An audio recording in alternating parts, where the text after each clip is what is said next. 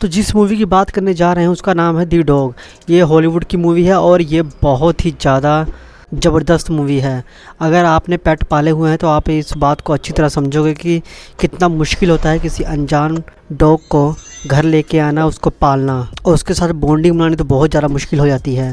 तो ये कहानी है एक मिलिट्री मैन की जो कि अपनी हेल्थ इशू की वजह से बाहर निकाल दिया गया हुआ है। उसको साफ साफ बोला गया है कि भैया एक क्लीन चिट ले और डॉक्टर की तरफ से कि तुम्हारी दिमागी हालत बिल्कुल सही है, हम तुमको रख लेंगे, नो टेंशन। पर जब तक तुम एक क्लीन चिट नहीं लेके आते तुमको रहना पड़ेगा बाहर। वो रोज़ फ़ोन करता है अपने बॉस को, विनती करता है, पाँव पड़ता है, पर नहीं, वो बेचारा बेरोज़गार बन के अपना घूम रहा है। पर तभी उसको एक फ़ोन आता है कि उसका करीबी दोस्त उसकी एक कार एक्सीडेंट में हो गई है मौत। अब वो जाता है, तभी वहाँ उसको मिलता है उसका बॉस और उसको सारी कहानी बताता है कि भैया ये तो गया, इसका जो डॉग है वो अभी तक यहीं है और उसको हाथ डालने की हिम्मत कोई नहीं कर रहा।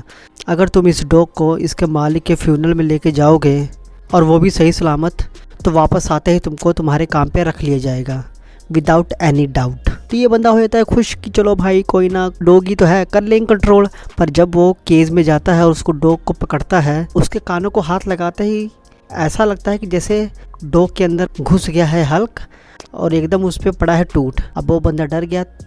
तब उसको पता लगता है कि इसके कान है सेंसिटिव, किसी की मानता नहीं, किसी को जानता नहीं, बस मालिक की सुनता था और बाकी दुनिया इसके लिए थी अनजान। मिशन पे जाता था, काम करता था, मुजरिमों को ढूंढता था और फिर दोबारा अपने केज में वापस। यही इसकी थी रूटीन। दिल पे हाथ रख के फिर भी उसको गाड़ी में रखता है और निकल पड़ता है मंजिल पर कि भैया टाइम से उसके फ्यूनरल पे पहुंचना है, तभी नौकरी मिलेगी, नहीं तो बेरोज़गारी से ही ज़िंदगी हो जाएगी ख़त्म।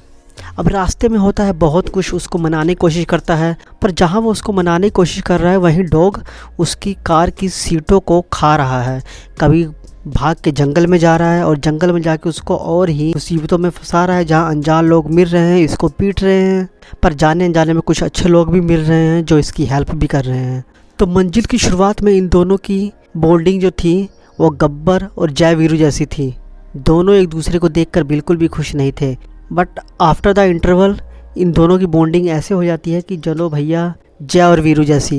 इसका सबसे बड़ा सबूत यही होता है कि जिस सीन में इनकी गाड़ी हो जाती है ख़राब और डॉग और ये चलते जा रहे हैं पता नहीं कितने दूर तक, और बीच में डॉग जाता है बैठ कि भैया हम गए हैं थक, अब हम नहीं चलेंगे। तो ये डॉग को अपने कंधे पे उठा के चलता है और इसके मालिक के फ्यूनरल पर समय पर पहुंचाता है। तो ये था बेस्ट पार्ट जहां से इनकी जय और वीरू जैसी बॉन्डिंग चालू हो जाती है। तो हमारे बेरोज़गार भैया की कोशिश तो यही थी कि हम इसको छोड़ देंगे, पर नहीं, अब तो बॉन्डिंग हो चुकी है जय और वीरू वाली, तो कैसे छोड़ दे। लाख कोशिशों के बाद भी वो इसे छोड़ नहीं पाता और इसको अपने साथ ही रख लेता है। कहते हैं ना, बच्चे और एनिमल्स में कोई ज़्यादा फ़र्क नहीं होता है। दोनों अपने इमोशंस कई बार जाहिर नहीं कर पाते, पर वो आपको समझते बहुत अच्छी तरह हैं। शायद बड़े भी आपको इतनी अच्छी तरह ना समझ पाएँ जितनी अच्छी तरह ये लोग आपको समझ लेते हैं। तभी मैक्सिमम लोग घर में पेट्स रखते हैं और डॉग रखते हैं खासकर, क्योंकि ये रियलिटी में आपके सच्चे दोस्त होते हैं और आपके इमोशंस को बहुत अच्छी तरह कैप्चर करके आपके सुख दुख में आपके साथ ही रहते हैं। मूवी में और भी कई टर्न एंड ट्विस्ट हैं। अगर आप पूरी मूवी देखोगे तो आपको बहुत ही ज़्यादा इंटरेस्टेड मूवी लगेगी ये। तो अगर आपने अभी तक दी डॉग मूवी नहीं देखी तो आप देखिए, एंजॉय कीजिए, बहुत ज़बरदस्त मूवी है। बाकी मिलेंगे आपसे नेक्स्ट वीडियो में। जय हिंद।